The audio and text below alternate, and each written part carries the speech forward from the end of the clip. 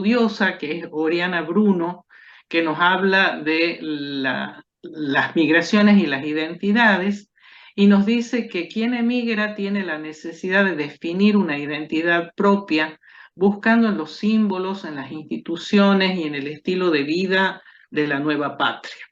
La identidad se nutre de la memoria, de las experiencias que le dan significado. Y así, en este libro de Alejandro Llanes Barbado, Epistolario de un refugiado español en Tafí Viejo, vemos que se muestra justamente la importancia de la comunicación, de la palabra, del lenguaje y de la búsqueda de libertad de una persona, ¿no? Que, como dicen los autores, tuvo que abandonar su patria por la Guerra Civil Española y encontrar asilo en la Argentina, en Tucumán, en Tafí Viejo, y comunicarse a través de este epistolario y de este diario de viajes que pueden ser y deben ser abordados en esas dos dimensiones, como género discursivo y como género literario. Bueno, agradecemos al profesor Alejandro Llanes Navarro y vamos a escucharla ahora a Nora Mazziotti y después si hay preguntas y comentarios las hacemos, ¿sí? Ahora invitamos a Nora Mazziotti, que está acá Sí, con nosotros. ¿me escuchás? Sí, te escuchamos. Bueno, Podés ¿se activar ve? tu cámara si querés. Ahí está. No te ¿Se ve vemos ahora? todavía. No te No, vemos profesora. todavía. Escuchamos. Ahora sí te vemos. Ahora sí. Ahora sí Bueno, te vemos. bárbaro. Bienvenida, Nora. Bueno, gracias, muchas gracias. La presento. Nora Mazziotti es profesora en letras. Trabajó como profesora en la Escuela Nacional de Arte Dramático en la carrera de Ciencias de la Comunicación de la Facultad de Ciencias Sociales de la UBA, en el Departamento de Ciencias Sociales y Humanidades de la Universidad Nacional de San Martín, en el No, de departamento, Matanza. bien, en el Departamento de Artes Visuales de la UNA, en el ISER, fue profesora y coordinadora de la carrera de guionistas de radio y televisión. Ha dado cursos y seminarios de grado y de posgrado en varias universidades argentinas, en Brasil, en México. Sus artículos han sido publicados en libros y revistas en portugués, inglés, francés, bosnio. Como periodista ha colaborado en Clarín Espectáculos, Página 12, Página 30, entre otros. Ha participado en la docuficción Mirándote del 2019 sobre la obra de Alberto Migré. Se ha especializado en temas de teatro, géneros de la ficción audiovisual, historia de los medios. Es autora de Soy como de la familia, conversaciones de Nora Mazziotti con Alberto Migré, la industria de la telenovela, la producción de ficción en América Latina, telenovela, industria y prácticas sociales. Es coautora de Separaba el país a 50 años de Rolando Rivas Taxista, del 2023. Ha compilado antología de comedias y sainetes argentinos para Coligüe en 1981, Poder, Deseo y Marginación, aproximaciones a la obra de Griselda Gámbaro, El espectáculo de la pasión, las telenovelas latinoamericanas. Como novelista ha publicado La Cordillera en 2010, Milonga Perdida 2013, Amores Calabreses 2016, Ciudad en el concurso bienal de Ricardo Rojas, género novela, categoría Édita, ha obtenido el premio, y Las Cocoliches de 2021. En su obra narrativa, Nora Mazziotti ha abordado los temas de la inmigración, de la mujer inmigrante, el abandono, el dolor, cómo sobrevivir en un mundo nuevo, los sentimientos encontrados de amor y desamor, la historia familiar de fondo entramadas en la macrohistoria y la lengua, las lenguas en contacto, el cocolich, el lunfardo. Bueno, Nora, bienvenida a nuestro espacio, bienvenida a esta clase de migraciones e identidades. Estoy acá con los colegas Carlos Castilla y la profesora María del Carmen Pilar, y los estudiantes, que en este momento son numerosísimos los que te están escuchando. Muchísimas gracias por la invitación. Bueno, para comenzar este diálogo, Nora, en un libro de Oriana Bruno que yo citaba recién y que se llama Le navi delle moglie, donne calabresi in Argentina, o sea, los barcos de las esposas, las mujeres calabresas en la Argentina. En ese libro, Oriana Bruno, que es de la Università degli Studi di Milano, afirma que la emigración produce una ruptura fundamental y la única certeza para quien emigra es la realidad del cambio. Esto se ve reflejado en Amores Calabreses, ¿no? Y el barco aparece como un medio de transporte frágil de humanidad. El viaje, paradójicamente, es el punto fijo de una elección que implica muchos riesgos. ¿Cómo es la situación de los que emigran y cuál es la situación de los personajes en Amores Calabreses? Bueno, yo parto así de una historia de calabreses de Rosano que vienen a Buenos Aires. Eh, y les va bien, tienen un comercio eh, que están en contacto constantemente con Italia, con letras de cambio, que escriben cartas a los analfabetos, etcétera, y después de la Primera Guerra se produce la ruina económica porque habían puesto ese dinero que ellos mandaban y gestionaban, así como, no, prácticamente como un banco, habían puesto marcos alemanes y se funden. Entonces, los que eran responsables, que era el abuelo de la narradora y el tío abuelo, eh, no se hacen cargo, desaparecen. O sea, el tío abuelo se suicida y el abuelo, que es, eh, digamos, constantemente en la novela se habla de él y se busca, se lo busca y demás, él se vuelve a Italia. Se supone que volvió a Calabria y todos, digamos, a lo largo de la novela hay un montón de indicios de si lo ven, si no lo ven, si vuelve, si no vuelve, si está muerto, si no está. Eh, entonces, la novela después se centra en las viudas, las que quedaron acá, eh, y cómo se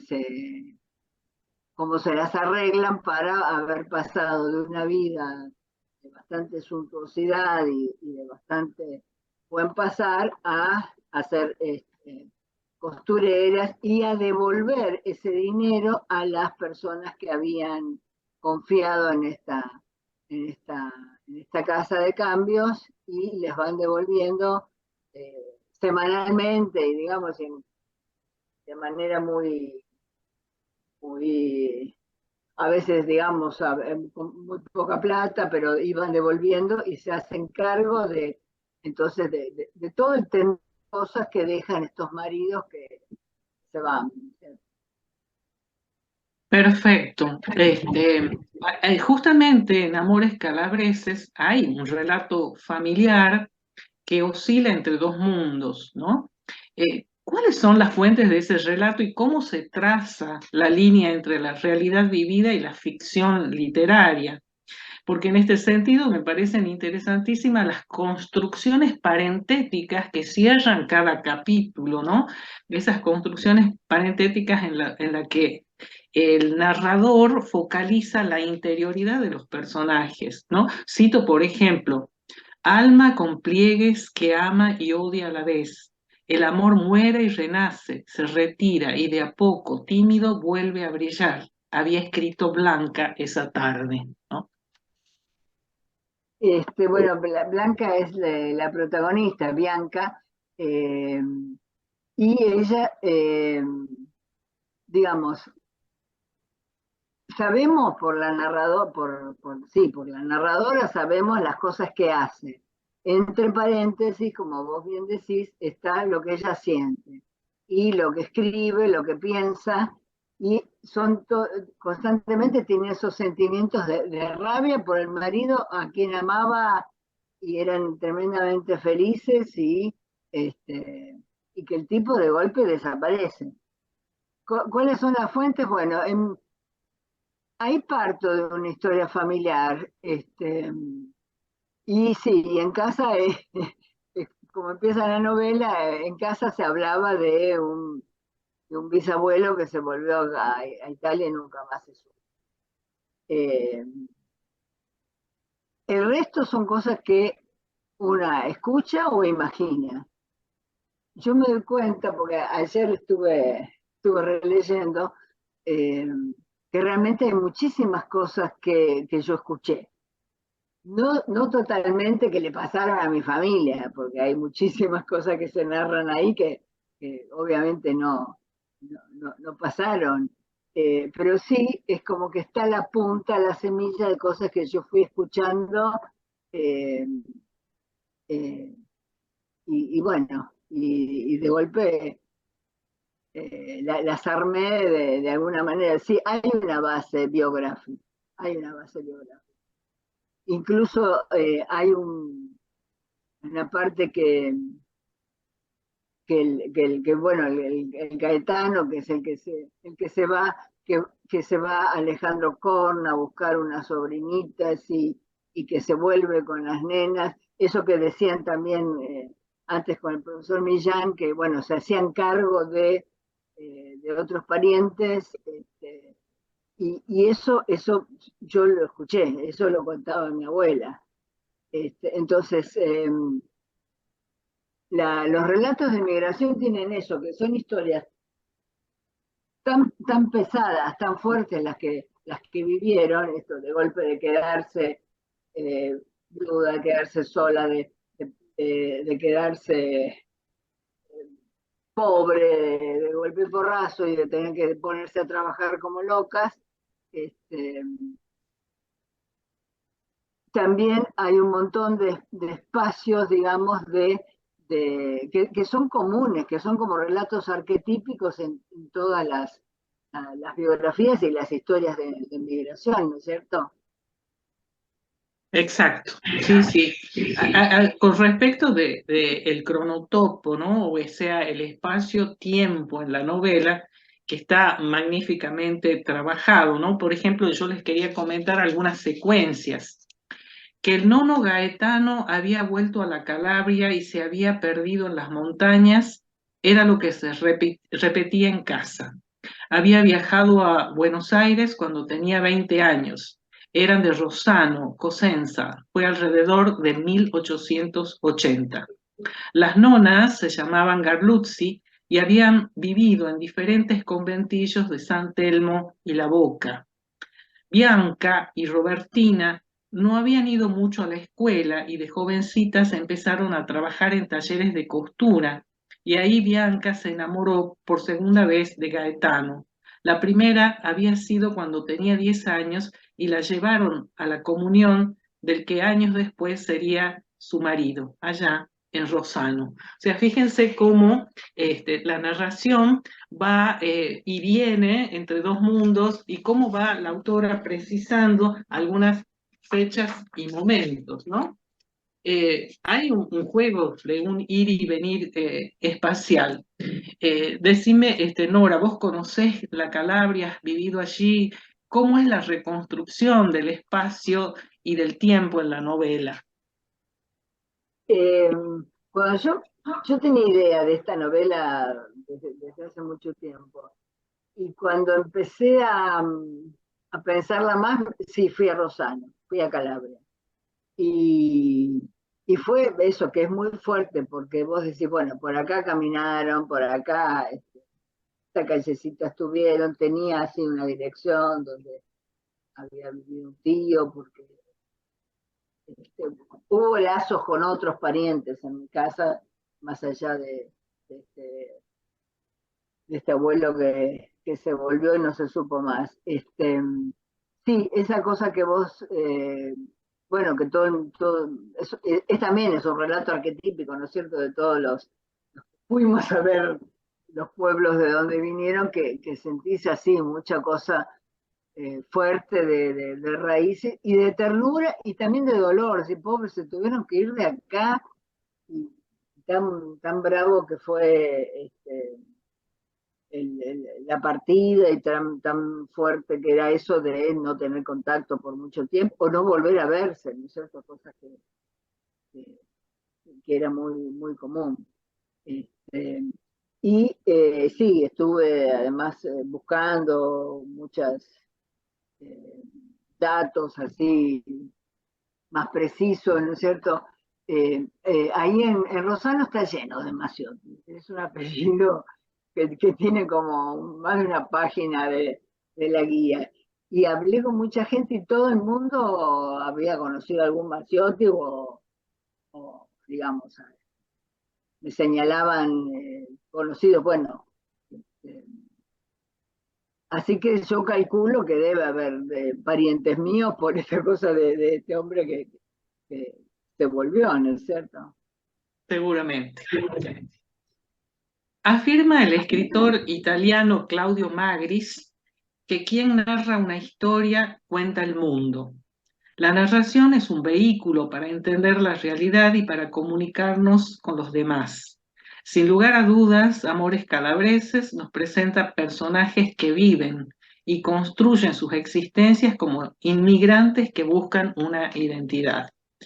Por otro lado, la autora empírica nunca está propiamente como persona, acaba disfrazándose constantemente, cediendo su papel a personajes que a veces son muy distintos entre sí. Me parece interesante, Nora, que nos hables de los personajes femeninos de tu novela y cómo van construyendo sus vidas, esas hermanas, Titina, Bianca, Robertina, y en relación con los personajes masculinos, ¿no? El interesantísimo Conrado, el padre, que es un anarquista, Gaetano por el otro, Gino Scatolini, el tío Aquiles, la oveja negra de los Garluzzi, ¿no? Eh, bueno, los personajes, sí, van surgiendo. Yo no soy muy ordenada para escribir, no es que tengo todo pensado para ponerme a escribir, sino que me siento y ahí voy armando. Eh, sí, yo tenía pensada en la historia de Bianca, que es la que, la que se queda y que saca a flote todo, eh, y la hermana que vivía acá con ella y que es la que su marido se había suicidado cuando se fundieron. Y bueno, le fui armando historias, le fui armando parejas. eh, me, me- Me gustaba que ellas eran más pobres que Gaetano y bueno, le puse un padre anarquista porque en esa época eran anarquistas en serio, no como son ahora los libertarios. eh, Tienen muy poco de libertarios, ¿no es cierto? Entonces, eh, ellas eran más pobres porque el padre era militante, anarquista. Y bueno, entonces estaban acostumbradas a trabajar y no tenían demasiada escolaridad. ¿Mm? Este, entonces, eh, yo imagino en esos paréntesis que vos señalaste, bueno, yo imagino que pudo enamorarse de vuelta, imagino que tuvo un pretendiente que también la ayudó económicamente, este, pero la constante es que ellas laburan y se ocupan de la familia, y bueno, y sueñan, ¿no es cierto? Tienen tienen esa cosa bueno, de seguir viviendo y seguir soñando. Sí, a mí me Eh, parece que es interesantísimo esto porque Yo observo que en toda familia siempre hay algún anarquista, algún tío anarquista. Yo era niña y sentía, ay, sí, porque el tío es anarquista. Entonces, uno se iba construyendo así una historia familiar a partir de los dichos, de los comentarios y de lo que se hablaba en la familia, ¿no? Sí, sí, lo que se hablaba y lo que no se hablaba, lo que Y se lo que no se callaba o que hablaba. se decía, porque yo, cuando te decía antes, bueno, son historias que yo escuché, muchas historias las escuchás en cuando bajaban la voz, cuando había supuestos, cuando había un montón de, de Sotoboche. cosas así abiertas y también de mucho jugar y mucho, ¿cierto? Perfecto. No ser abierta, no perdonar, etcétera. Bueno, hay alguien que está interfiriendo ahí. Bueno. Sí, ahora no, ¿no? No, ahora no. Bueno, un aspecto muy importante, un aspecto relevante en el libro son las relaciones intertextuales, sobre todo con la ópera y con la literatura.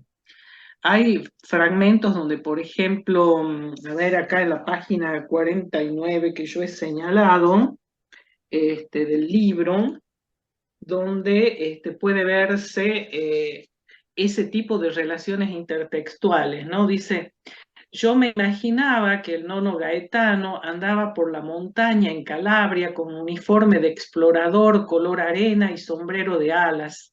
Usaba botas altas, tal vez llevaba una carabina. Atrás de él siempre había un perro, bautizado con los nombres que le daba en la familia. A la noche hacía un fueguito y asaba las perdices o los conejos que había cazado con la ayuda de algún leporello. Cortaba la carne con un cuchillito y la compartía con el perro, su único interlocutor. El leporelo de turno le buscaba nidos de aves silvestres y él se aventuraba entre los pastizales a sacar huevos. Gaetano tenía barba castaña y se lavaba en los ríos o en las cascaditas de los arroyos. Silbaba ópera y algún tanguito y con frecuencia le asomaba alguna furtiva lágrima, ¿no? Bueno, eso de la furtiva lágrima y del tanguito y de la ópera, ¿cómo van Y el de apareciendo? Porello. Claro, exactamente. Que hace Eh, referencia, ¿cierto?, a una romanza para tenor que está incluida en una ópera, l'Elisir d'Amore, ¿no? De Gaetano Donizetti, justamente, ¿no?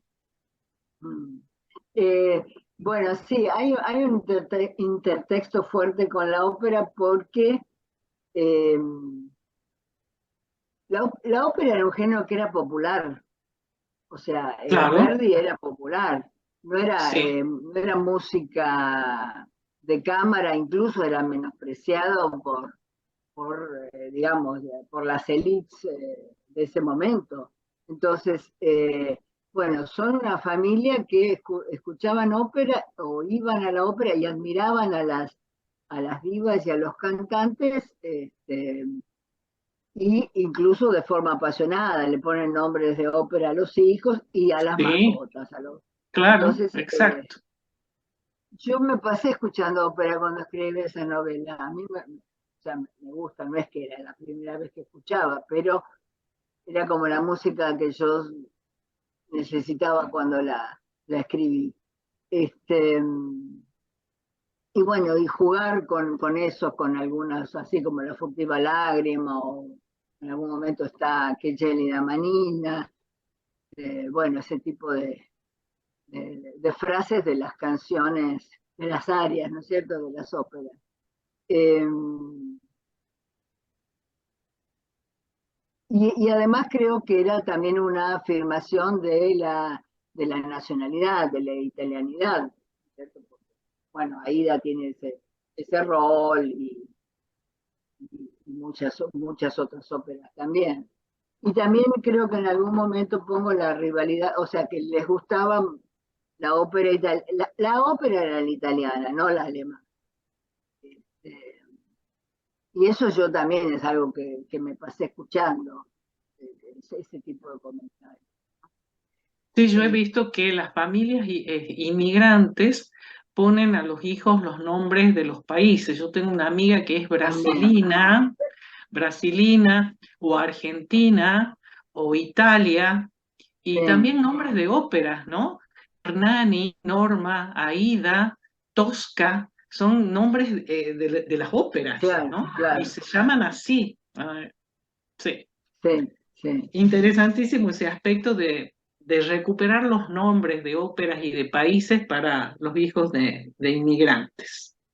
sí. Bueno, pero también podemos decir que la novela puede considerarse como un laboratorio de lenguas, donde se manifiestan distintas variedades del español y del italiano. Hay una confluencia de lenguas, ¿no? que aparece en las obras. El lunfardo y el cocoliche. ¿Qué nos podés decir del manejo de la lengua en tus novelas? Bueno, esto que te estoy diciendo que son cosas que yo escuché. Bueno, yo escuché Cocoliche.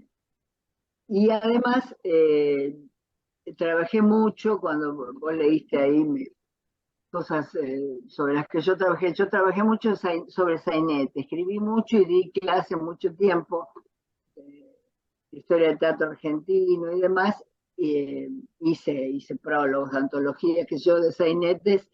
Y ahí está, bueno, las dos cosas, ¿no? Con Coliche y Lunfardo, eh, en, en textos que tienen más de 100 años hoy. Y, eh, y bueno, como trabajé personajes así que son inmigrantes, aparecen esas dos lenguas. La novela que publiqué el año pasado se llama Las Cocoliches, eh, Exacto. que eh, ¿qué quiere decir cocoliches? Bueno, no es solo la lengua, sino personajes que hablaron así.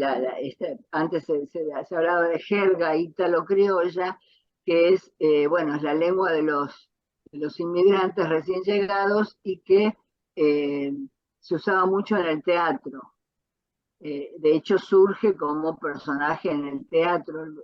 Hay un personaje que se llama Cocolichi y después eso pasa a denominarse la lengua. Y el lunfardo también es la lengua que es fruto de la inmigración y que viene mucho del genovés. Este, entonces, bueno, son las lenguas que hace 100 años estaban muy fuertes, sociolectos que aparecían de manera muy evidente en la sociedad argentina. Hoy cambiaron las palabras cambiaron, digamos, pero sigue habiendo un fardo, por supuesto, la lengua cambia constantemente. Entonces, hay otros términos, eh, pero sigue existiendo el lunfardo. ¿Mm? El cocoliche desaparece cuando los hijos de los italianos ya hablan castellano bien.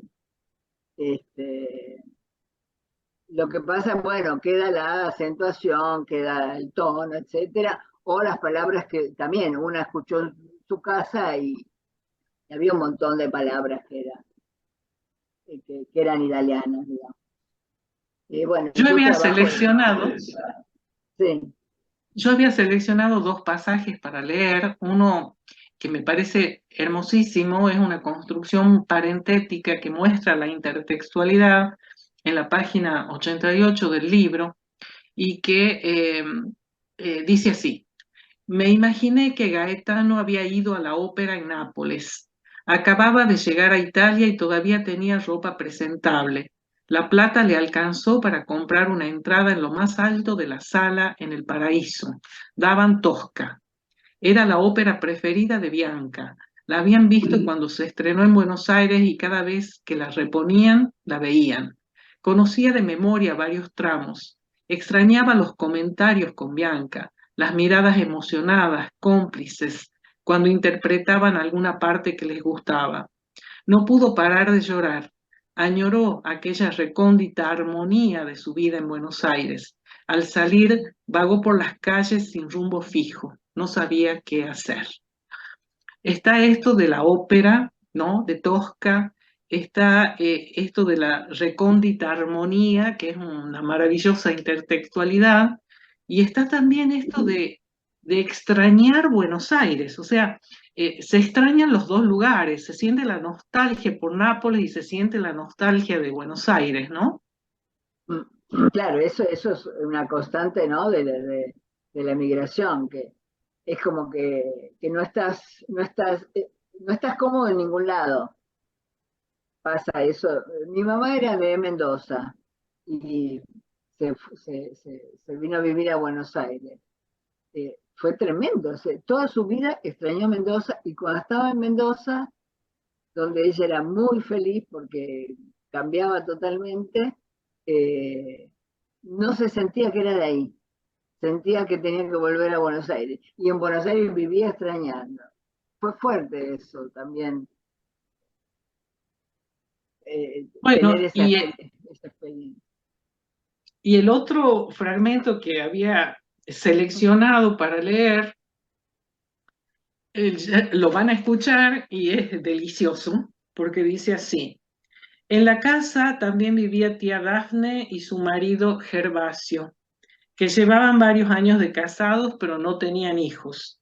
A Gervasio no lo querían, era un tucumano medio cajetilla, al decir de Hércules y mi papá, que se daba aires de que en Tucumán su familia era de clase alta, que tenían ingenios y su madre era descendiente directa de los corregidores españoles. O sea, cómo aparece también la tucumanidad en tu novela, ¿no?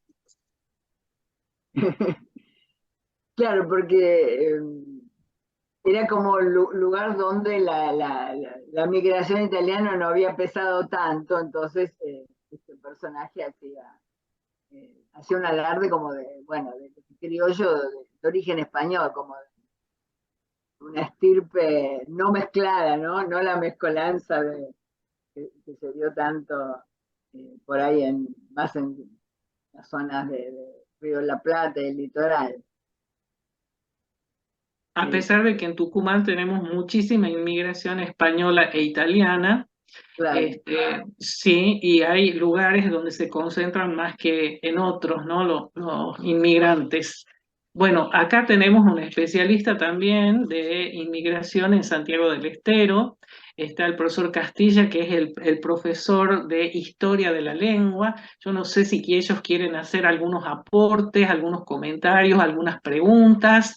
Y también a los estudiantes está acá Nora Mazziotti, escuchándonos y participando de este diálogo, de modo que abrimos el diálogo para todos. Hola, ¿qué tal? ¿Cómo estás, Carlos? Hola. Yo quiero hacer un comentario que me ha parecido interesante a partir de estas lecturas, de estos fragmentos, sobre todo para pensar, ¿no? En términos de la clase y de cómo se abren las posibilidades de lectura, en términos de las citas, ¿no? De las citas a la ópera. Y uno pensaba mientras escuchaba el fragmento, como uno, bueno, dice, la cita es como traer un autor, traer una mención externa al texto, ¿no? Pero me parece que acá, o yo lo percibo así, es como un movimiento a la inversa, ¿no? Es decir, ahora me invita a ir y escuchar esa área, a ir a escuchar esa, o sea, salirme del texto e irme a ese intertexto bueno, a disfrutarlo, a conocerlo. Justo precisamente hoy a la noche se estrena el Elixir d'Amore, Ah, mira qué hermoso. acá en Tucumán. Así que bueno, era como mucha información así condensada.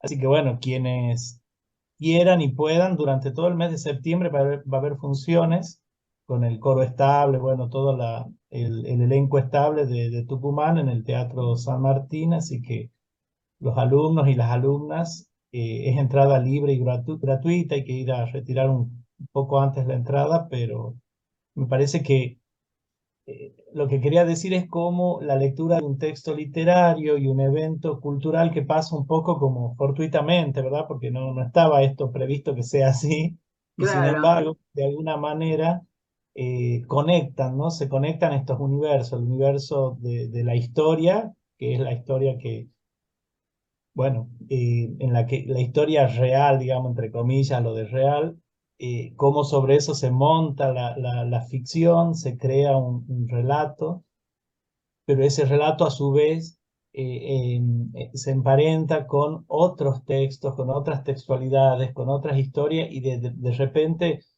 es como una puerta que se abre a otros universos, ¿no? Como que a través de la novela yo ingreso, no sé, al mundo de la ópera, ingreso a otros posibles mundos o a otros mundos posibles, no sé cómo decirlo, así que, La, bueno, ese la era un función, comentario. la función perlocutiva que tiene la lengua y la literatura, ¿no? Porque nos está invitando, como vos decís, a entrar de lleno en la ópera. Sí, Sí. qué Claro, bárbaro, qué lindo, ¿no?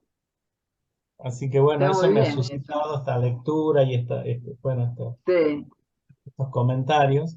Así que bueno, eso quería compartirlo con ustedes y bueno, con los alumnos y con ustedes también.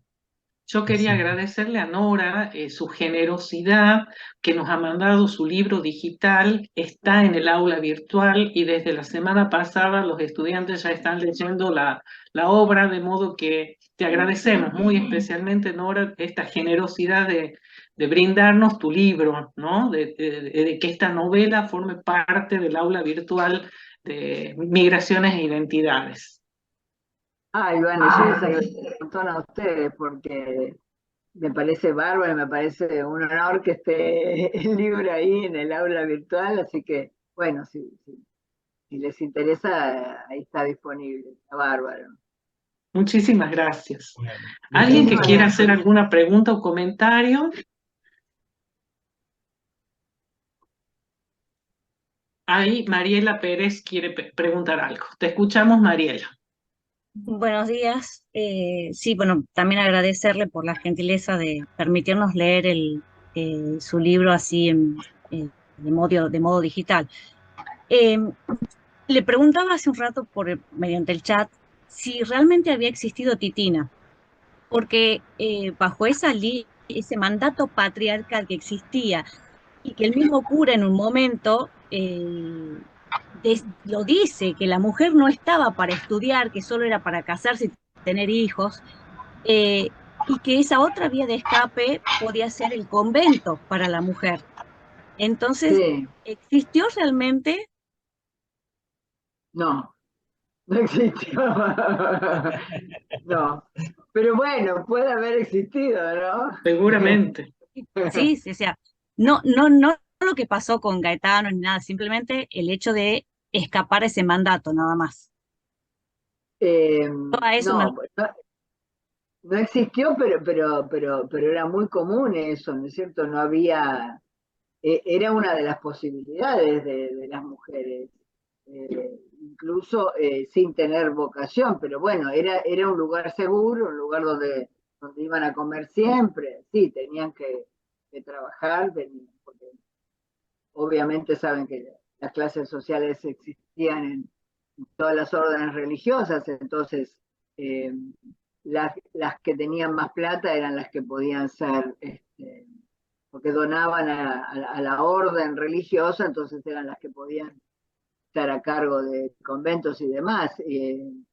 Entonces, bueno, fue una salida. Esta persona, Titina, este personaje, no quiso viajar y bueno, se queda en el convento.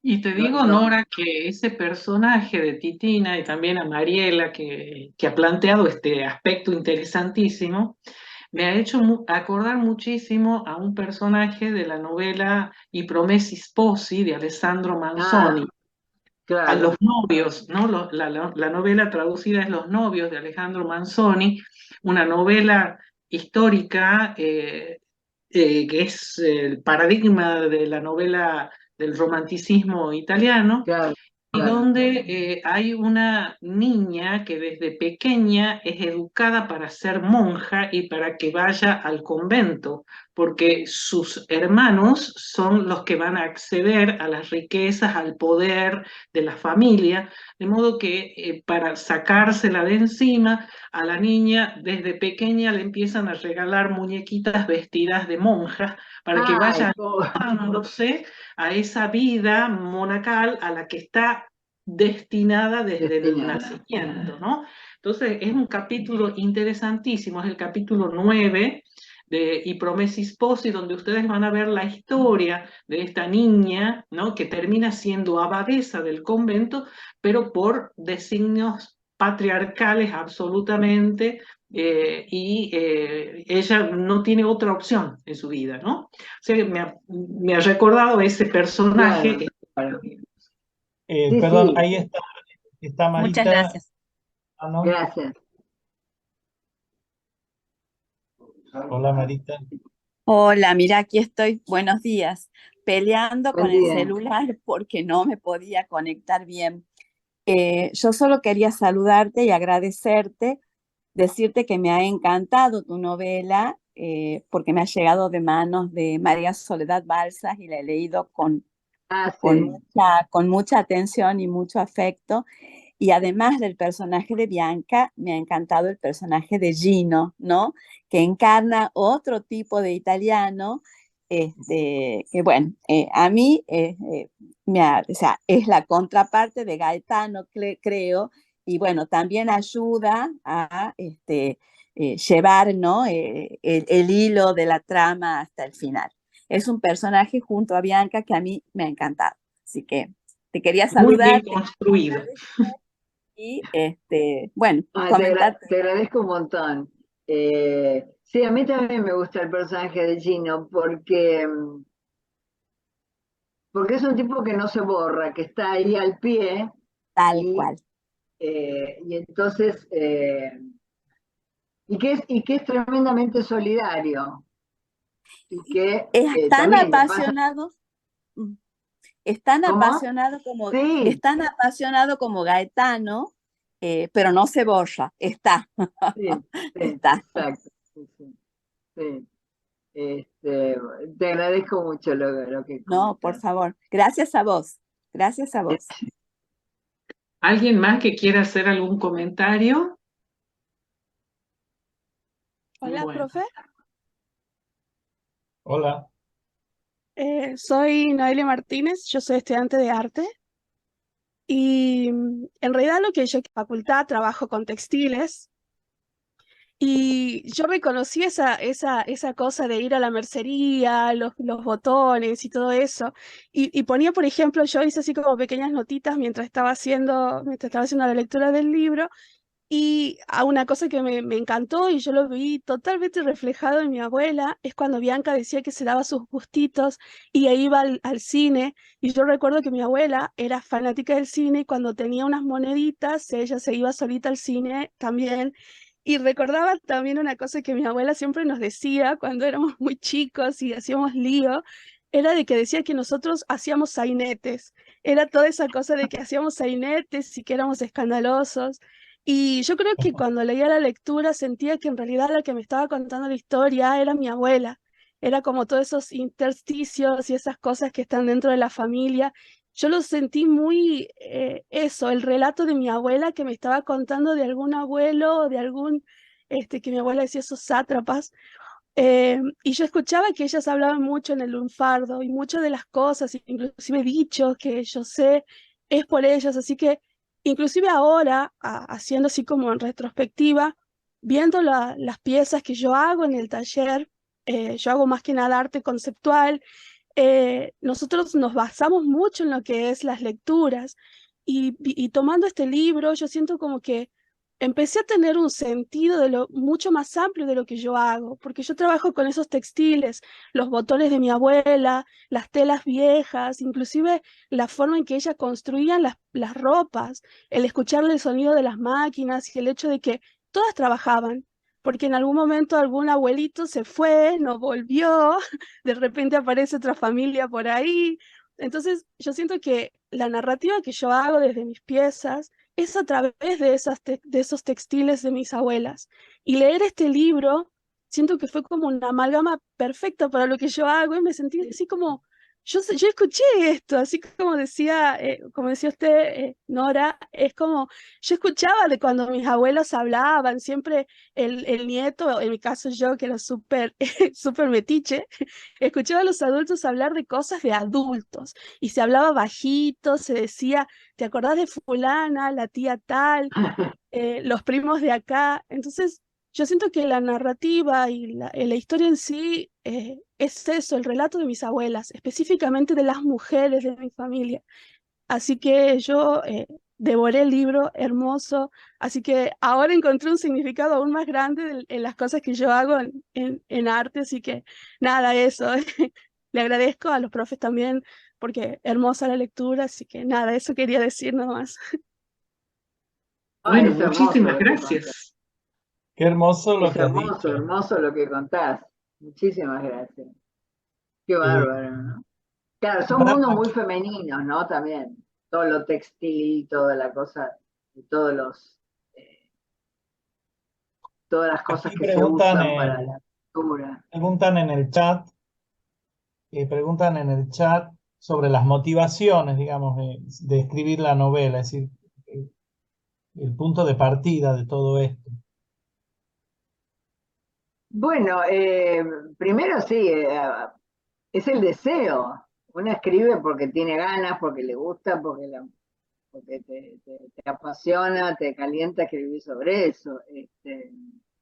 Eh, nadie me lo pidió, no tenía ningún contrato. Ah, bueno, acá saben que el mundo editorial está muy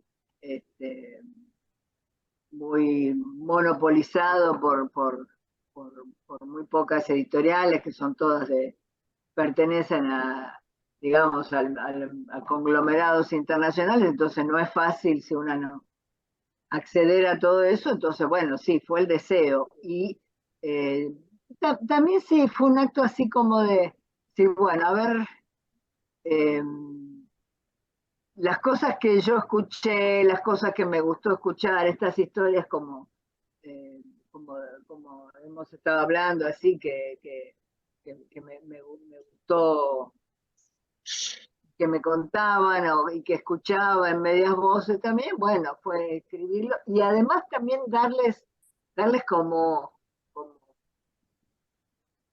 un estatuto de personajes, bueno, son las minas las que se ocuparon, que se encargaron y eso. Y también es sí como de reparación, un acto de justicia, de reivindicar a estas mujeres que nada, que estaban en la casa cosiendo y ocupándose de la familia. Está muy bien eso Nora, de darle un lugar a la mujer que ha construido la familia, que ha construido la sociedad, que es el hilo conductor, ¿no? Como decía Oriana Bruno en ese estudio sobre las mujeres calabresas, que hay barcos con mujeres que han venido como inmigrantes, ¿no? Porque ya sus maridos estaban acá en la Argentina.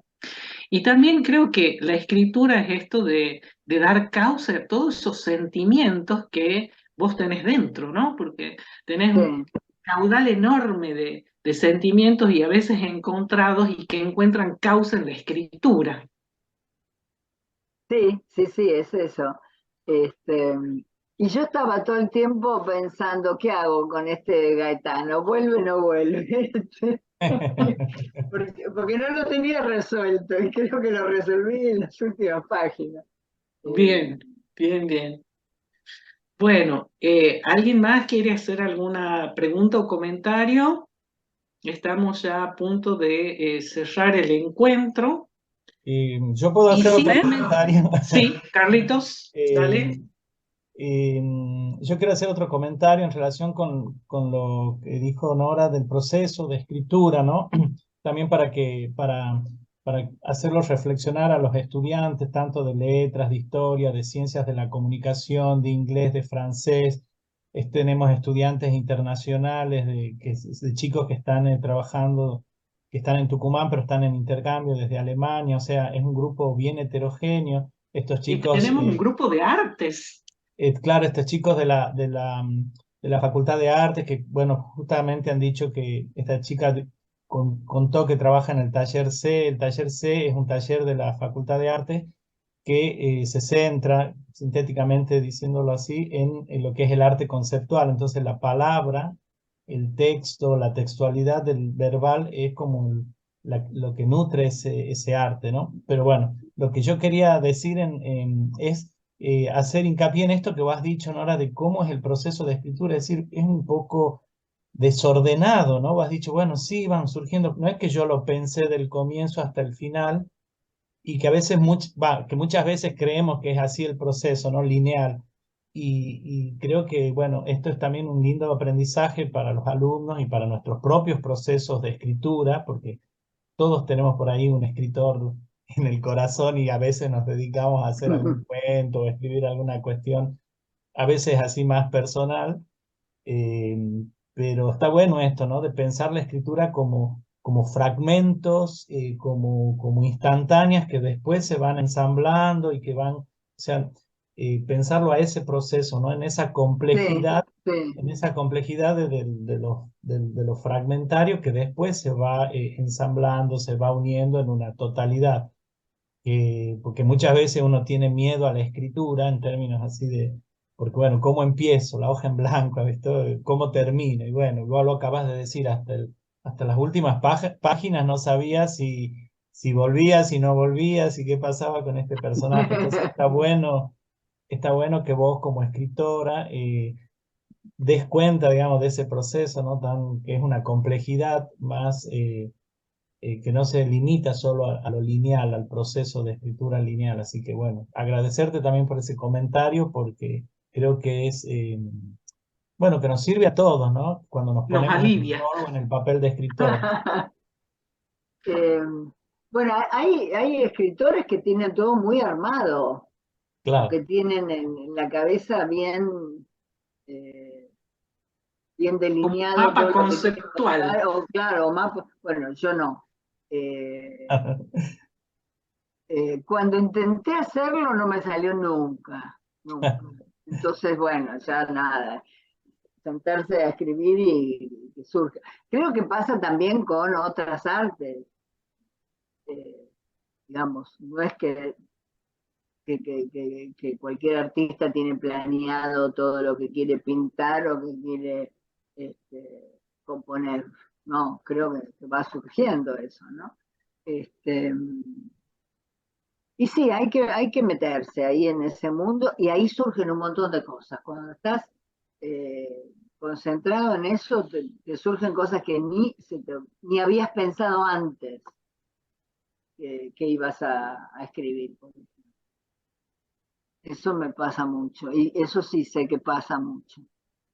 Y también viste que vieron que se dice así, escribir es reescribir. Sí, de golpe escribiste rápido un día y después te pasas un mes corrigiendo y aumentando y editando eso que escribiste hace una semana. Es así. Sí es. Bueno, también contarte que hay un montón de mensajes en el chat de agradecimiento, Ay, de qué alumnos suerte. que, de alumnos que cuentan experiencias similares, digamos, de esta cuestión de las abuelas y madres costureras, o sea, todo el tema de lo textil, cómo se va entramando en sus propias historias, en sus propias memorias. Bueno, están muy contentos. Es lo que estoy leyendo aquí en el Qué chat. bueno, me Así encanta, que me bueno, alegro también muchísimo. transmitirte eso bueno, que está ahí por escrito y por ahí, bueno, uno no lo está leyendo todo el tiempo. Así que bueno, no sé, Tati, te Bueno, qué paso. hermoso, gracias. No, gracias Bueno, a vos, realmente. sí, agradecerle a Nora su participación en esta clase que queda grabada y que los estudiantes podrán volver a ella las veces que quieran para revivir algunos momentos o pasajes que les hayan interesado especialmente.